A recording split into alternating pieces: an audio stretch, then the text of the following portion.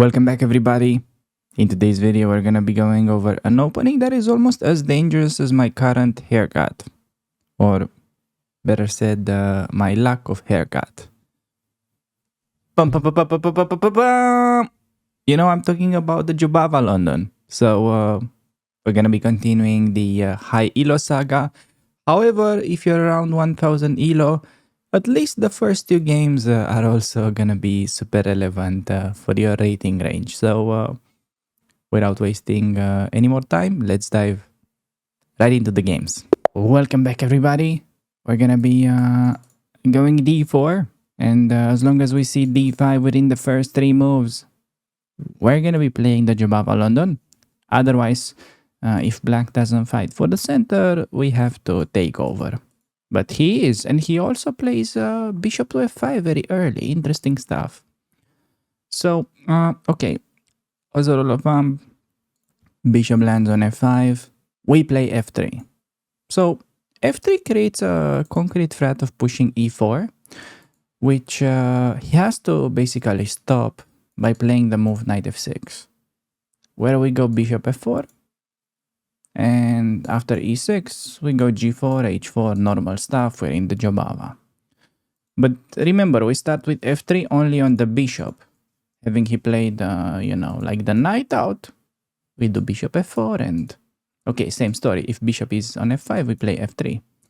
If he locks in the bishop, we play e3, bishop d3, knight f3, castle, and so on. Castle short when he has bad bishop.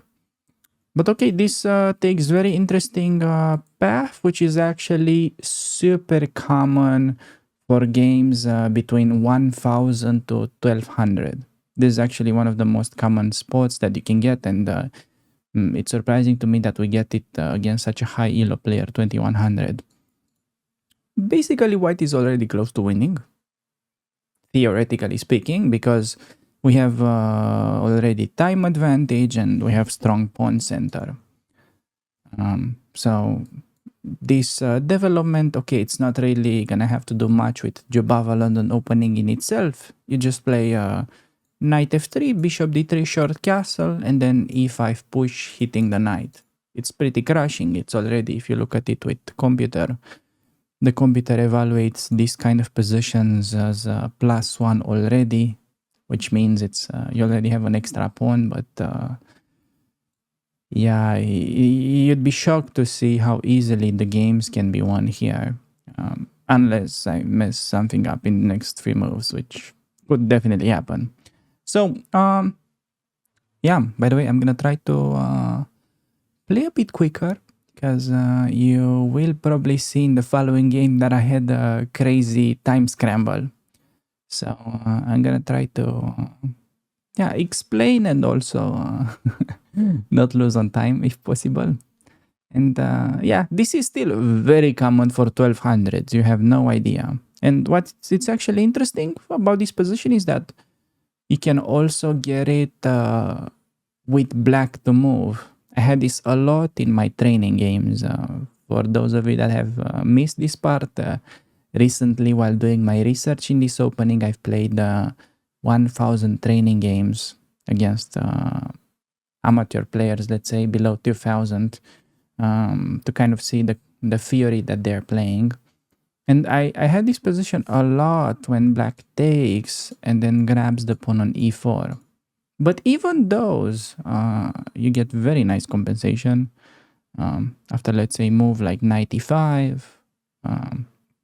or queen e1 even. But yeah, now knight f6, we're already in time with e5, and yeah, it's a bit different to what I had in the past. Like normally how I would be getting this structure would not be with h6, would be with e6. And then people play de, fe, move back the bishop. I play knight f3, bishop d3, castle e5, and I would have some knight g5 ideas eventually. Yeah, which I'm looking, knight g5 is never a thing, but that pawn could also be a hook. Nevertheless, e5 should be still very strong. Just utilizing the pressure along the file, it's one of the most important themes while playing this structure. And okay, he goes bishop d3. It's important here that, okay, here I'm gonna take with the queen. But if his bishop was on e7, I noticed common mistake here. People take, which is bad. Because with bishop on e7, instead of recapturing, you also have a chance to play intermezzo. Take the knight, and when they take the rook, you take on e7, targeting the queen, which is the tempo that allows you to then recapture the bishop.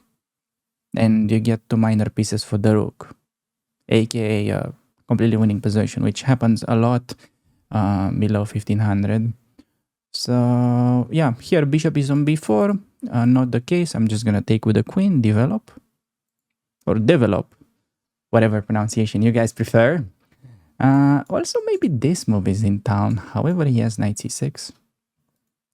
Curious to see what he's gonna do with the knight. Knight d5 strikes me as most natural, but might as well go to d7. And yeah, in the past, as I was mentioning, if his pawn was on h7, knight g5 was would have been a very crushing move, already pretty much winning f7. So I'll have to come up with something instead of that, which, yeah, it is not entirely clear yet, but yeah, I mean, it cannot be too bad to centralize, I would imagine, and then play c3, connect all the pawns. So I think this should be the plan. When I'm looking at this position, I'm looking for, okay, because I have a bit of a lead in development, I'm looking for concrete ways to exploit his king in the middle. Like, for instance, d5 could be a move like that, but okay, he's one move away from castling. So this problem is not so severe for black. So instead, I see, okay, long-term backward pawn. Basically, this pawn can never really push because then it just weakens the king. So it's a pawn placed on an open file, making it backward. So the strategy would be to double up rooks or heavy pieces on it. So for this reason, I'm going to do knight e4, c3, connect the pawns, and then I have maybe bishop d2 or bishop e3. Yeah, develop the bishop somewhere. Followed by rook f2, rook a f1. I could do this to focus on backward pawn. Okay, to be honest, it might be stronger, like if he castles. Not sure about this idea, but yeah, I tested before this idea of playing g4, g5 and go for the king when he's castle shot, but it's a bit risky. So I'm just gonna keep it very simple. So get the connected pawns. c3 I'm gonna do, I think. He's still delaying castling, which is unnecessary, but not like we can really punish it. Maybe he could be willing to do c5, however it invites d5. I could also maybe just develop the bishop. Yeah, so I think I'm just gonna play against his pawn break. So bishop e3 also good move in general, but annoying for him as well. And in case of castling, as I was mentioning, g4, g5, just trying to make use of this hook. Could be interesting, but perhaps it could be more efficient to try to maneuver this knight. I'm just trying to look for ways to attack his king. And you have to understand that the main reason why we're gonna be able to attack his king is that he's not having the so-called typical knight on f6 that protects the short castle. So this is because I have pawn on e5.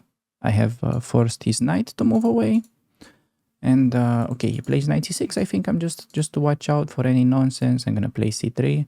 Okay, c3 could actually be a blunder, because then my queen is undefended, so I want to watch out. 95, 95. Yeah, see, I almost blundered with c3. That would have been an unnecessary mistake. Knight b4 is not really such a big problem, but I wanted to play c3 comfort move. But frankly, it's a bit annoying that he can reroute his knight, so I'm just gonna play a3 to stop that move. And notice 95 is never working because my queen is defended. And I'm waiting for him to castle so that I can start attacking him. And okay, maybe it's clever for him to play knight b6 and try to prepare long castle. Like queen d7. Yeah, that's what he's trying to do. That's a clever idea. Issue with long castle, besides many things, is that f7 is hanging. But yeah, just to let you know, in case of short castle, my idea was something like knight g3 maneuver to h5. He can never really play g6 because then the pawn on h6 is weak. And after the knight goes to h5, I think I already had interesting idea like maybe queen d2, bishop h6. With pawn takes, queen takes, maybe mate on g7. Something interesting along those lines. But yeah, he plays knight b6, which is interesting for him, with idea to play maybe knight d5. So now I can perhaps play c4 just to stop knight d5. Knight d5 no longer a problem. I can just take. He no longer has double pressure on e5. And okay, expecting this. But the problem is, yes, you're gonna castle. But what to do next? He doesn't really have any other ideas. So yeah, for him, his only idea would be to play for f5 break, which I can either en passant or ignore. We're actually getting a position that's very similar to the 4 pawns in the Alekhine. But yeah, interesting to see how this variation plays out against a strong player. I had already dozens of games against 1200 elo guys. It's just you get miniatures. Like everybody would castle short and get mated in less than 20 moves. But queen d7 is more resilient. Okay, so knight c5 doesn't make sense. Yeah, just lose a piece. b4 with knight c5 maybe. Okay, how is that? b4, castle, knight c5. His queen is almost trapped, so assuming bishop c5 happens, we take with the pawn and the knight is almost trapped. Yeah, that has to be good. Yeah, I don't think we lose anything in the center. Everything is super well protected. And the nice thing about knight c5 is that, okay, he's not even gonna get that f5 move with tempo.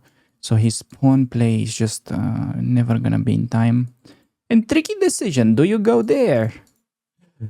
Castle behind the pawn storm. Yeah, so he's delaying it. That's very interesting actually. He's staying with the king in the middle, meaning that we'll have to organize d5 push somehow. Okay, so I think rook has to go to d1 just for a future support of d5 push. And if he castles short, I'm gonna switch to the other idea that I've mentioned initially. I could go knight c5, but I don't have to.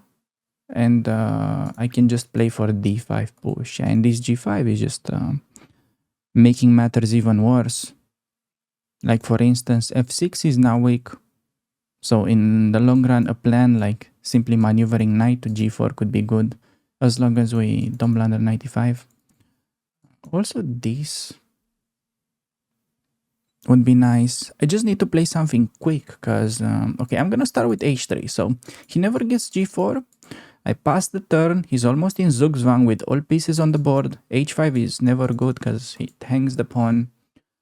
h5 actually, yeah, probably just take with a knight because I want f3 knight to defend these important central squares for as long as possible. And now he's doomed. He's not going there. He's most certainly not going on the king side with these pawns. And he's gonna be waiting for us to like slowly either organize d5 break. Yeah, actually, why aren't we just playing knight c3 d5? Okay, knight c3 doesn't strike me as a very logical move because it's decentralizing our knight. But it's, yeah, getting the pawns rolling. Could be interesting. Although, by the way he has played this, creating so many weaknesses, I'd actually love to teleport my queen on h5 square and then it's close to mate. Yeah, so many good moves, just not enough time to consider them all. That is the problem. Okay, so problem with knight h2 is that it blunders knight e5 and I cannot take because of the pressure. So perhaps queen c3 could be very interesting. Preparing maybe even tactical d5 because of e6 intermezzo. Yeah, queen c3 is a very nice multi-purpose move, I think. Preparing d5 and also threatening to play knight h2 into g4 without allowing any tricks. So this is idea and this is idea as well. And his king is pretty much doomed. So let's see.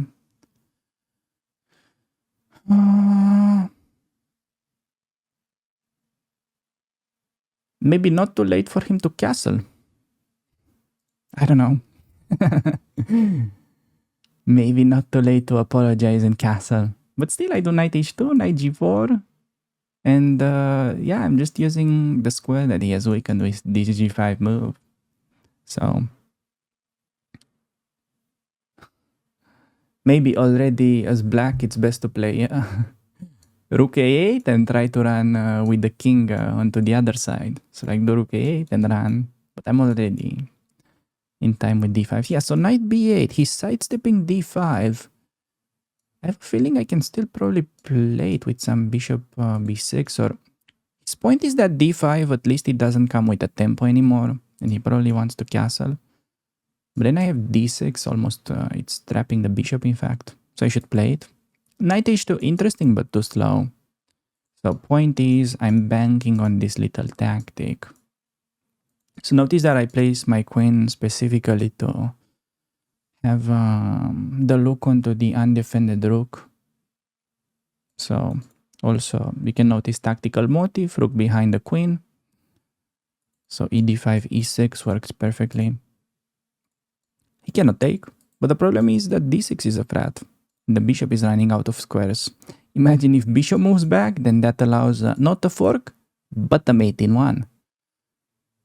And d6 he can never really take, first of all ed, but also it hangs the knight. So you just get to see a beautiful central squeeze. In fact, maybe just knight a4 he has to play to at least avoid that problem. But yeah, he is trying to retire, but in chess you never survive with these retiring moves. So just d6, I think he cannot take. Gonna be double attack and bishop f8 will be mate in one. Come on, opponent. You have to play bishop f8. Allow this beautiful picture with knight f6 checkmate. Just would be the Mona Lisa of why it's not good to lose space. Although queen c6 is a good move. Damn. Oh, rook d1, I have knight f6 intermezzo. Yeah, I felt like this should be losing for him.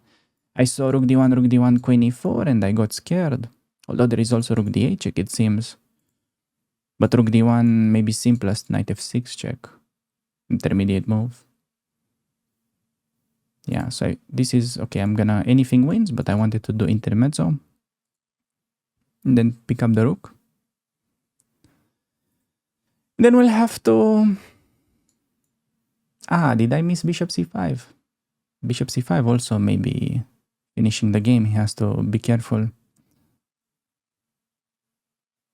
Bishop c5 or knight g5 sacrifice, perhaps for mate. Yeah, we're in a position where we should be able to win comfortably without having to sacrifice anything. But yeah, b6, it's annoying for me. Maybe just knight d4 and his queen is almost trapped. Yeah, okay, he allows this, and I think if I can calculate, we are winning the queen. Unless it's mate.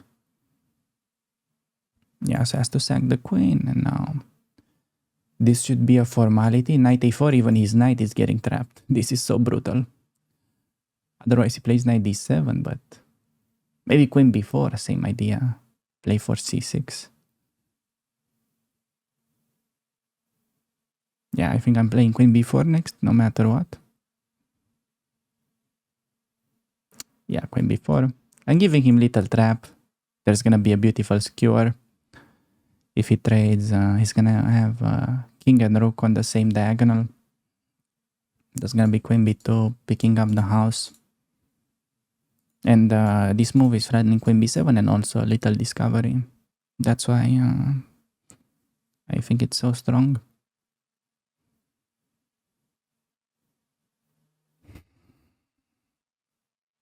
Come on, opponent.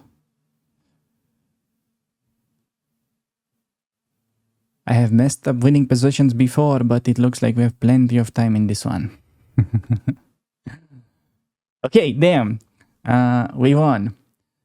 Okay, this to me looks like a very accurate game, but it may also happen that I don't understand chess. So let's see what Stockfish thinks. Okay, I mean, we got 96, I guess. Nothing else to do, just need to go over my profile and do the procedure on myself or something. No, this was actually very simple and straightforward stuff. Just exploiting king in the middle and showcasing why it's important to fight for the center with your pawns. We basically made no sacrifices, no nothing, just won by steamrolling him with pawns. Here are the key ideas that we just used in this game, which are gonna be insanely common, especially below 1500.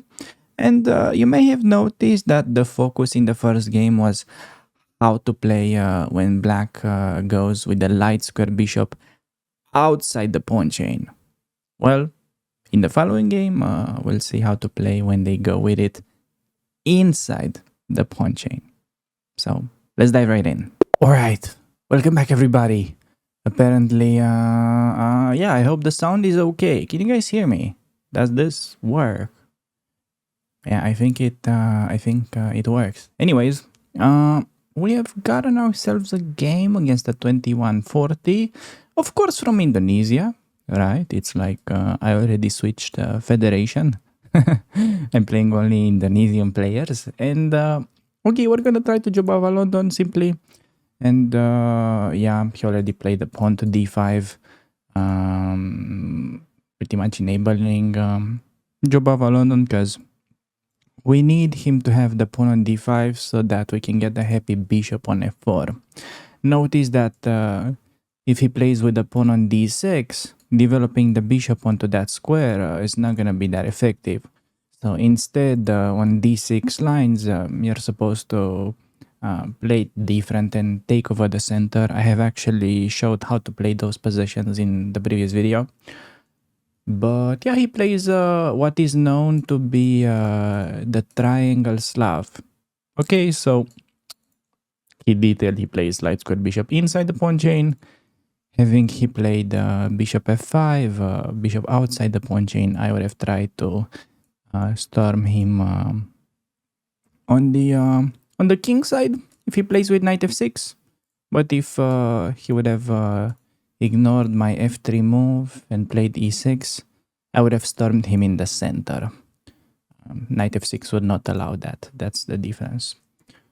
But on this, yeah, bishop inside the pawn chain, we can apply general Jobava development, e3, bishop d3, knight f3. And okay, to be honest, this is some new opening for me. He plays what we can call the checker pawns. Okay, I mean, this is slightly worse, but it's not as stupid. I think his idea is to do something like a5, b4, and then try to trade off the bishop that way. Obviously, due to the fact that he's not developing pieces, this is not ideal, but it's also not like so terrible. I'm just gonna do standard development. Whenever he has a bad bishop, we pretty much, yeah, light square bishop inside the pawn chain, we castle short.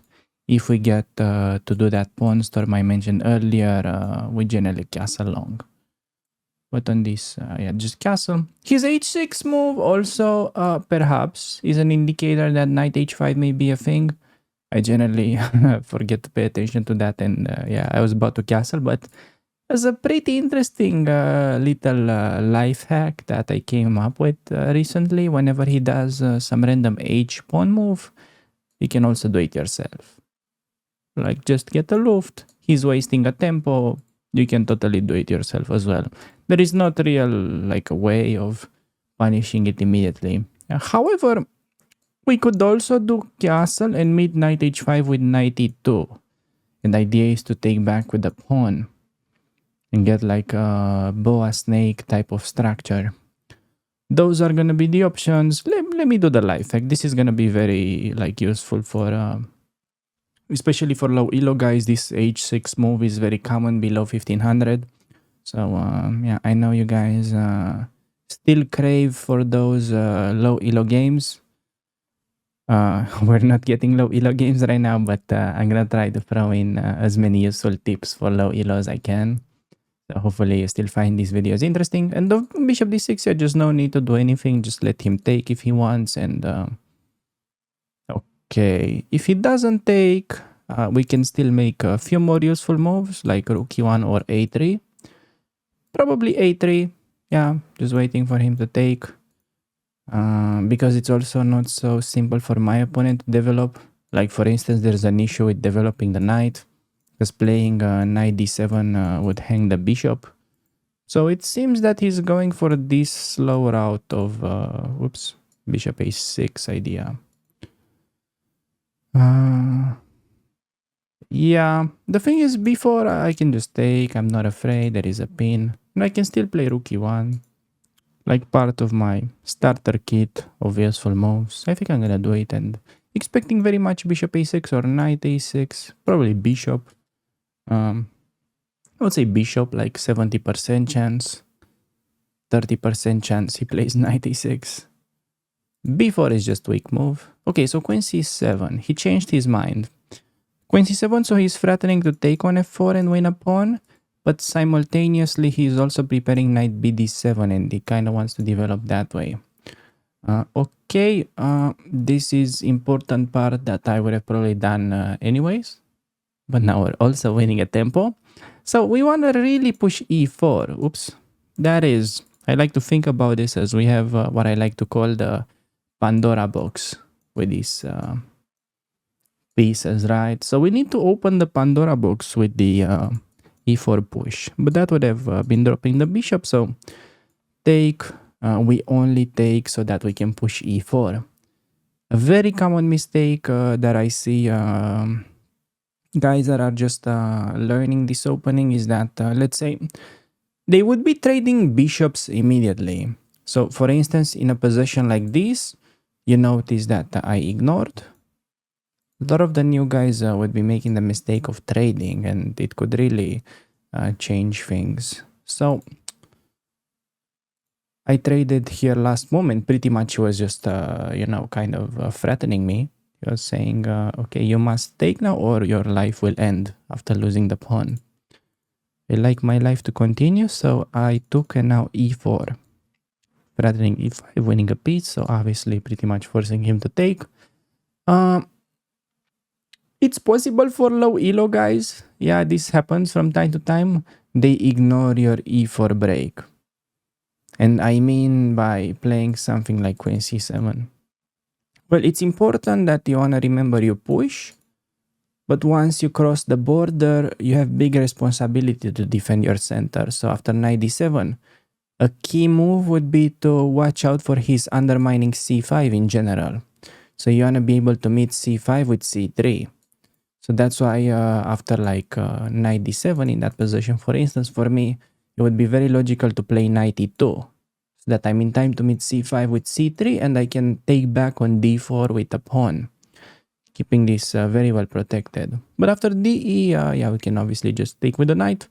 Yeah, this should be pretty much an automatic move. You want to prioritize taking with the knight and keeping the bishop for as long as possible. Bishops are slightly better pieces. And okay, like normally taking with a bishop is simple. However, this, because I played it this way, it's also very interesting. I had so many games. I take with a rook, I play queen d2, rook goes to h4, I sack on h6, I take with the queen, and we just bamboozle the guy. Should I try to bamboozle? So watch this. So I'm gonna play this, he's gonna do knight d7, I'm gonna do queen d2, he's gonna play knight f6, I'm gonna do rook h4. Or if I take with the rook, he could also play bishop b7. Let me think. Let me think about it. Bishop b7 is annoying. Because queen d2, c5 is problematic. Because if I do rook h4, then bishop f3 annoys me. Although rook h6, nah, let's keep it simple. I have 3 minutes left. I need to play simple chess. I'm gonna do this. Queen goes to e2, rook goes to d1, perhaps knight on e5. And okay. He wants knight f6. If I'm gonna have to drop the bishop, because I want to keep the bishop, obviously, always whenever knight attacks it, I don't give it for free. If I have to play bishop d3 and allow something like bishop b7 and then c5, black will solve all his problems. He will have no bad pieces. It's equal possession. Playable but equal. So I would love to be able to meet this move with bishop f3 still. Fighting for this diagonal, keeping this bishop passive. So to me, knight e5 comes to mind now. Threatening the opponent. On knight f6, I have bishop f3. And there is also a very cute trick. He cannot take twice on e5 because there's going to be a discovery. So he cannot take the pawn because of bishop h7 check. So I guess he's going to go for endgame. But endgame is very pleasant because we have much better bishop and we already have rook into the game. So expecting queen c7 perhaps now should be a move, but already perhaps, okay, queen c5. I was about to say maybe we can use the time to join the attack. I could also double down on the endgame, but it's a bit strange. The pawn on d6 could become a bit weak after the trades. Oof, I have a very nice position, much better bishop, symmetrical. This should be like walk in the park, but how? Does he have a frat? Doesn't he seem to have a frat? Maybe he wants f5. Yeah, so, okay, see, problem. I want to play queen h5, but then f5 is annoying, and I cannot en passant anymore because my queen is hanging. But can I simply play f5, bishop f3? No, then I lose the pawn. So this would have been very tempting, but it's not a good move. b4 also came to mind, but he takes twice and takes on a1, so that's no good either. Okay, queen d6 takes. Okay, simple play would be queen d2 and then rook d1. Yeah, I'm just gonna do simple play. Rook d1. And he cannot do bishop b7, rook d8 because he gets back rank mated, which is kind of funny. Yeah, so I spent way too much time here. It really felt like I should have something juicy to go for mate, but there isn't. It's also possible he could try f5. I'm still debating whether to en passant or not. Yeah, bishop a6 I was thinking, but okay, that kind of drops a pawn. I can also play rook a d1 simply and expecting b4. They take and then queen d6 could be a play. Trade, take on c6, I'm up a pawn, he gets some compensation. Can also do this move and then switch into attack.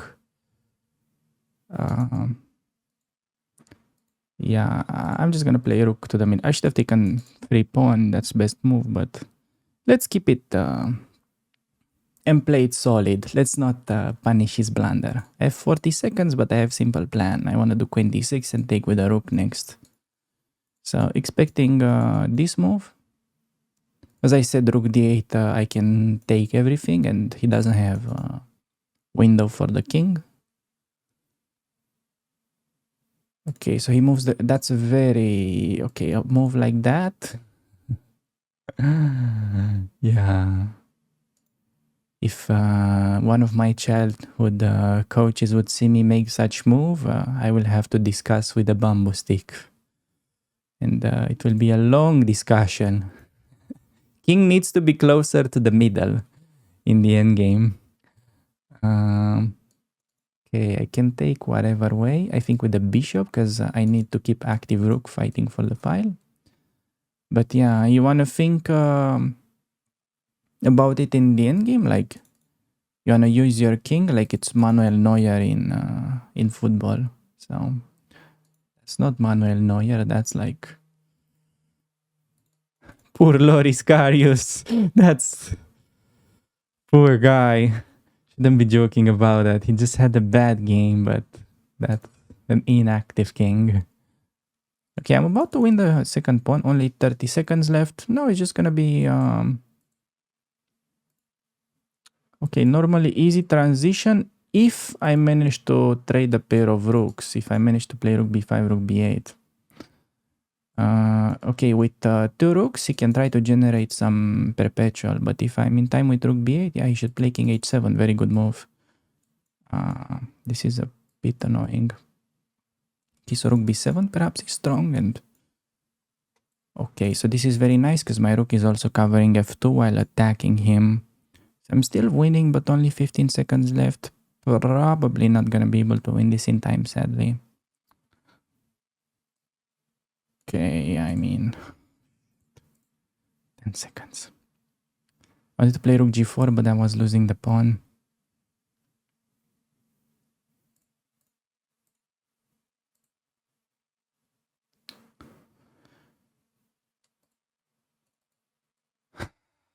Okay, his king is in a bit of a mating net.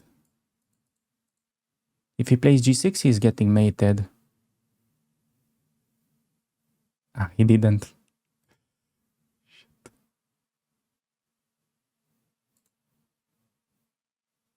I'm gonna...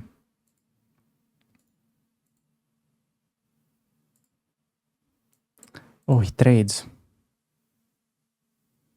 Okay, I have rook in ideal position, protecting all the pawns, and I need to bring my king closer. Hope he doesn't do some g5 bullshit.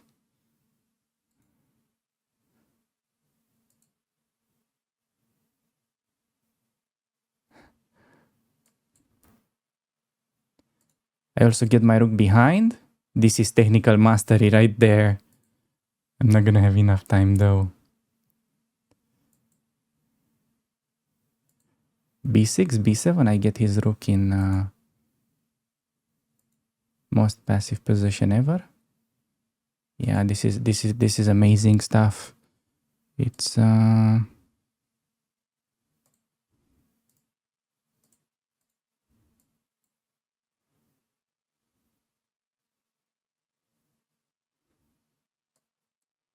so keeping my pawn with the rook.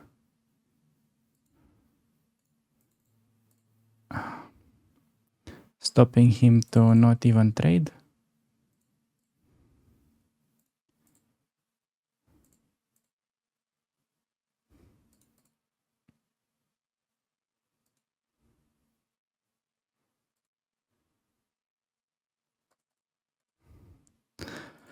Oh man. Getting close. Getting close. Okay. Okay. Damn. I have 6 seconds, move 39. I made almost 30 moves with these 6 seconds. Okay. What can I say? Not bad for a retired idiot like myself. So, with that being said, I think we can move on to the following game. Before we do that, here are the key ideas that we just used. And if you remember in the first game, oh, shit. Bad production. If you remember, let me not lose my idea. Hope I'm not leaking anything suspicious. Here it is.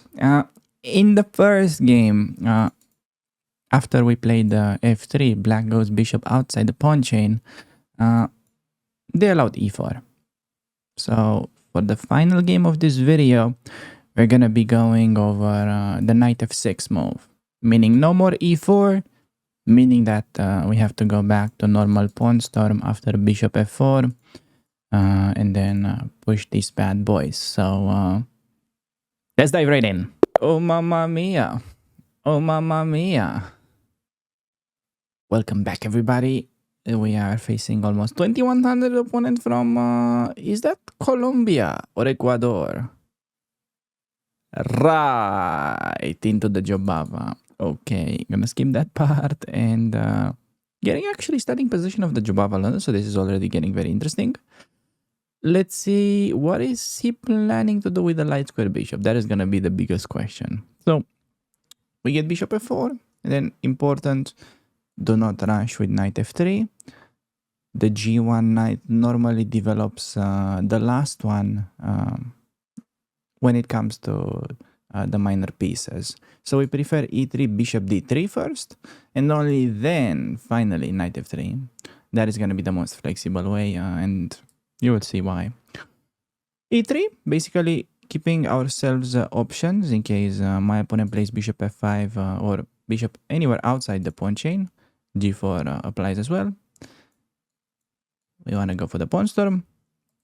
If bishop inside the pawn chain, so move like e6, planting the bishop, then the plan is to go bishop d3, knight f3.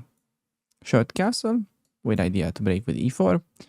When he plays bishop f5, we're gonna go for the pawn storm, followed by bishop d3. We want to take with the queen so we can castle long, and then the knight goes to e2, followed by ideas to play g5 break. So, okay, opponent plays e6. I'm gonna go g4, only move for him to go back. I'm gonna go h4, and his best move is gonna be h5. However, he could also play pawn to h6. But h5 is a bit more forcing and trying to fix the situation on the king side. Important to remember key move on h5. A lot of beginners forget about this and then they just play bishop d3. But black is having kind of a threat to win a pawn if you're not careful. So start with g5, get rid of the knight, and only then we continue with the normal stuff. Important mention, having he played h6, I would have gone bishop d3. I would have not gone for somewhat tempting h5 move, because I want to keep that pawn over there supporting a future g5 so we can recapture with a pawn and being annoying against the knight. Okay, it goes interesting line, knight g8. So the idea is that most people would have played the move knight ft7. But my opponent has an interesting plan of going bishop d6 and after that to put the knight on e7, which is in fact a very solid setup. Now, if I play bishop d3, which is the normal thing, he would take and then would probably go g6. And if we go knight e2, bishop d6, short castle, he plays knight e7. It's a very solid structure for black. So in fact, on knight g8, let's say this is gonna be the only time where we deviate and we play knight h3 idea instead. This is the other interesting and modern plan of dealing with this. And the point is that after the most normal bishop move, like bishop d6, we will have all kinds of ideas to take and then go knight f4 harassing the bishop. Or let's say having he done something else, we have bishop g3 with knight f4 ideas. But for now, I think I'm just gonna go queen d2. I am delaying the trade because I want to be annoying and harass him with a knight. And this is what we do only specifically against h5 and knight g8 plan in the Slav. So it's a Slav because he has pawn on c6. So I'm gonna do queen d2. I'm still letting him take on f4 so I can get the tempo. Castling long, and okay, on short castle, then I will take and play knight f4 finally. Pressuring the bishop, and we'll see what he has in mind against that. It's actually a fairly unpleasant position to play as black with a knight on f4 knocking at your door, which is the h5 pawn. And my opponent decides to play queen c7, which is very natural. He wants to finish development and probably castle long. So knight d7 immediately doesn't work because hangs the bishop. So he protects the bishop with probably the idea to long castle. Well, as I mentioned, I'm gonna take and play knight f4. This was part of the plan. Pressuring this guy, and now typical mistake for black would be to try to keep. So rightfully he plays knight d7. Problem with bishop f5 is that you just get hit by way too many tempos than you can handle. e4 comes, And then normally, okay, if you go back to h7, you lose pawn on h5. So most players meet e4 by taking. And once you take with the pawn, bishop g4, probably can throw in the intermezzo, e5, queen c7, let's say, and then simple move like bishop e2. I'm pretty sure it's already strong to sack the exchange with knight e4, knight d6 ideas, but simply bishop e2 even, and white is already close to winning. But knight d7 is the better move. Okay. I can still play for e4. I can also play for bishop h3, just kind of normal development move. Which one do I want to go for? So let's try to calculate a bit. So e4, castle, bishop h3. Yeah, let's do e4. I feel like keeping the knight on f4 since, yeah, I'm not forced to exchange. It's a pretty strong knight and his bishop is currently planted by my pawn, but he's very kind. He goes de. Now, question for you guys watching. If you're still paying attention to this kind of complicated game, why is de4 a bad move? The problem for my opponent is that he is conceding the center for no particular reason. Like, okay, maybe he thinks that the d4 pawn will become weak, but that's not going to be a reality, and white is going to be left with 2 against 0 majority in the center. Notice how we have 2 pawns in the center and black has none. Already space advantage. I would say probably close to +1 advantage, when all he had to do was just long castle. I mean, sure, I can play e5, but then queen c7. It's not a disaster for black. I don't have a clear way to follow up. Maybe even thinks of c5 break in the long run. So yeah, just by this, we should already have a considerable advantage. The question is, should I keep going bishop h3 with maybe opportunity to play d5? Or do I want to go e5? And I could try to take advantage of the d6 square by eliminating these bishops so we can play knight e4, knight d6.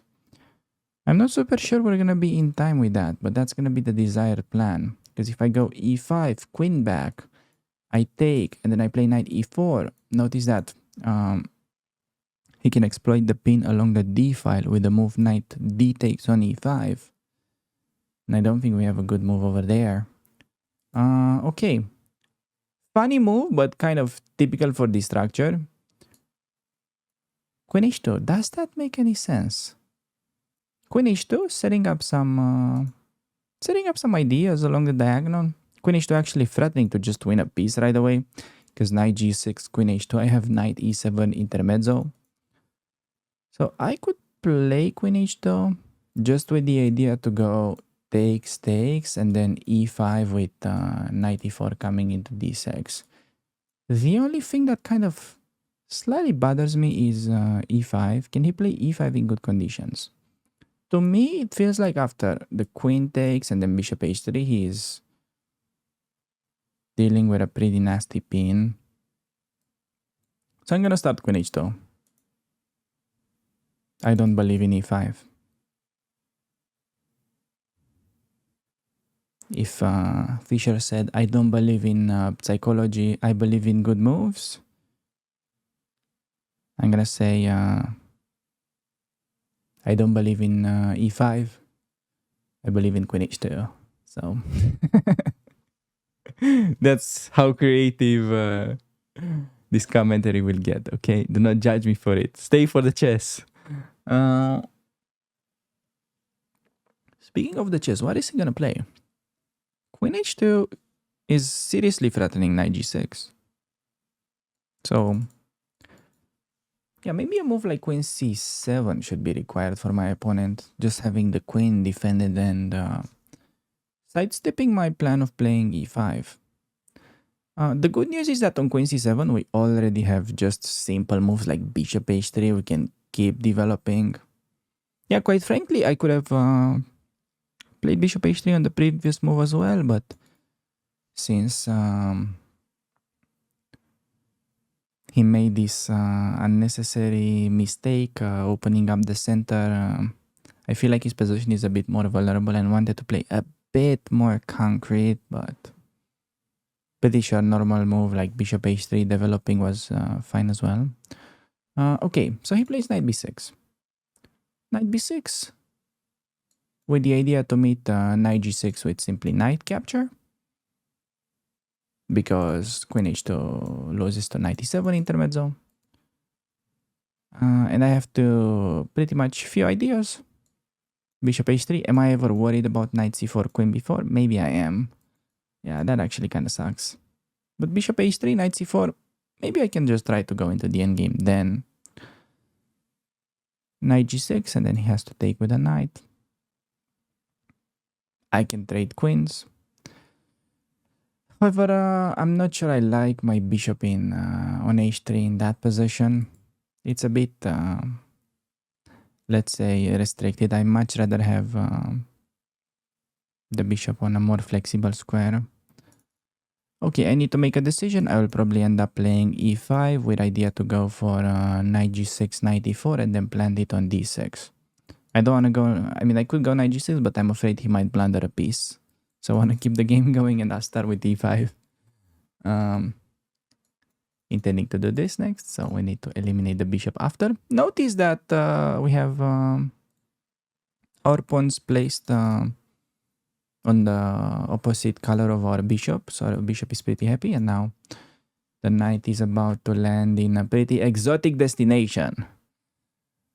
We're about to get a horse into the d6 square, which is not going to be easy for him to deal with. And apart from that, okay, maybe I should be a little bit careful, because if I go knight d6 and then I relax, maybe I can get hit by c5 pawn break. So I could delay the move knight d6 for a bit, yeah. I could try to maybe develop the bishop somewhere. And it also strikes me that this pawn on f7 is vulnerable. It's on the open file and it cannot advance, making it a backward pawn. Also, I could try to play a move like c4, just kind of restricting the knight and maybe looking for c5 idea as well. Not easy to say. I think I'm gonna start flexible. I'm gonna play bishop e2, just keeping an eye on this pawn. Idea to go rook f1, and maybe then eventually play knight d6. So it's true that now he can get rid of my knight with knight c8. But okay, now on knight e7, this move will come with a tempo. So I'm more inclined to go for it. And I don't want to go rook f1 because knight f5, he gets tempo move. Yeah, so I'm going to do knight d6. Pretty much expecting him to go knight c8. Only move to defend with a queen and try to get rid of the knight. He would be losing precious time with move like rook f8. Okay, knight f5. I saw this as a possibility, but I'd imagined that getting the double pawns should be to our advantage.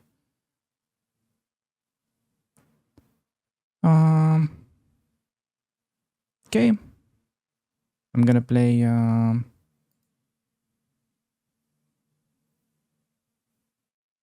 what am I gonna play? Let's play c3. Simple move, strengthening the center. King b1. We don't really have much to do. And I think I want to play this like, okay, first of all, rook c1. I should watch out for c5. But I think we should be still in time with c4, d5. And if we ever manage to like get the pawns rolling,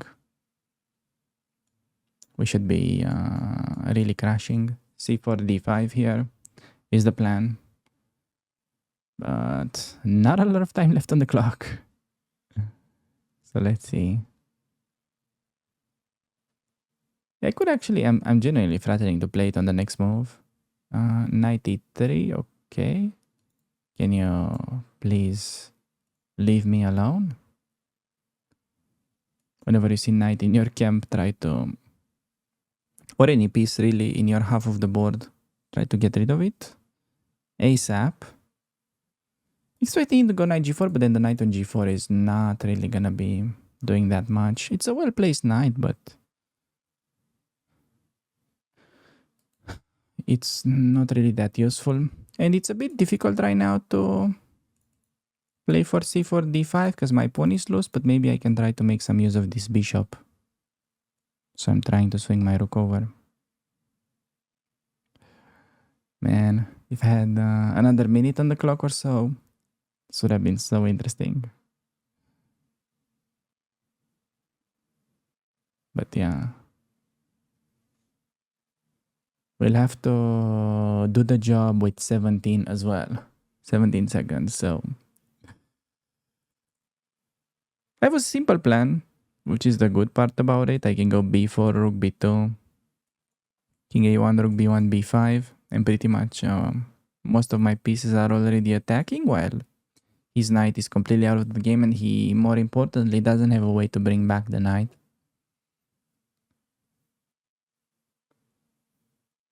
So I evaluate this position as winning for white, but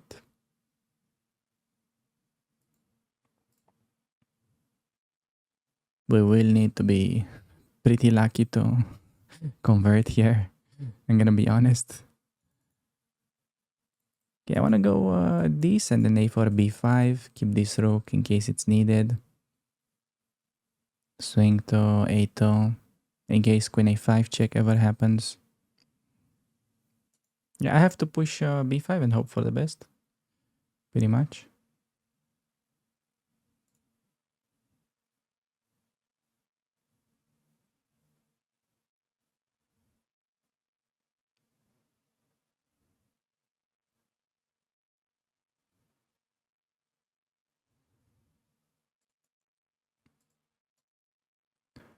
The only somewhat annoying part is that I don't have a clear way to bring my queen into the attack, but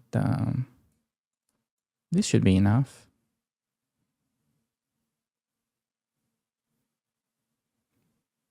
I feel like we should just push b5. He wants to play cb, ab, and then a5, which is honestly a pretty good plan. So I might try to play queen a3 in the first place to avoid that idea.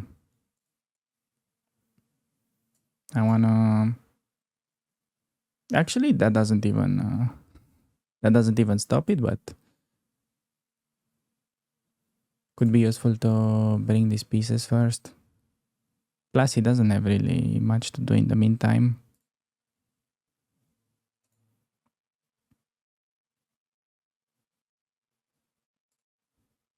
Okay, I saw that he can try to get the knight over, but have to finally do something. Why didn't I play queen before I allowed this move? Mistakes were made.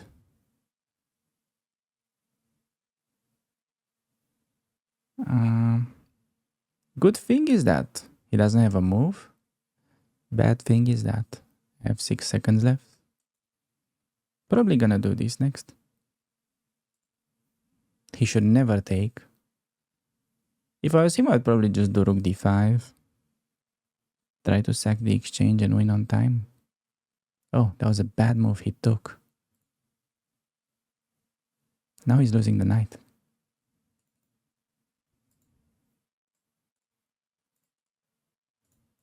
Now the fun begins. 5 seconds left. Rook a6 is next.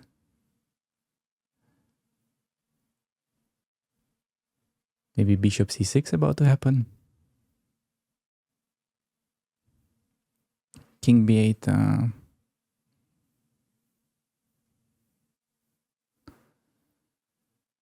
Rook b2. Oh my god, this is so nerve-wracking. 5 seconds. Jesus, he doesn't make a move.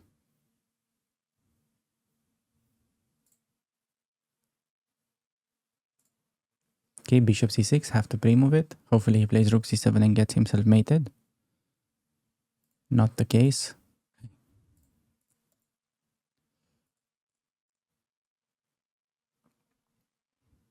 Okay, he just panicked and decided to make no moves. Thanks everybody for making it this far into the video. Now, in case you're playing the Jobava London the way I recommend, okay, that's important to follow only my recommendations for this task. And if you're rated between 1000 to 2000 ELO, please let me know your chess.com username in the comments. I'm gonna take a look on, I will try each profile because it's very useful data for my final checks for the upcoming course.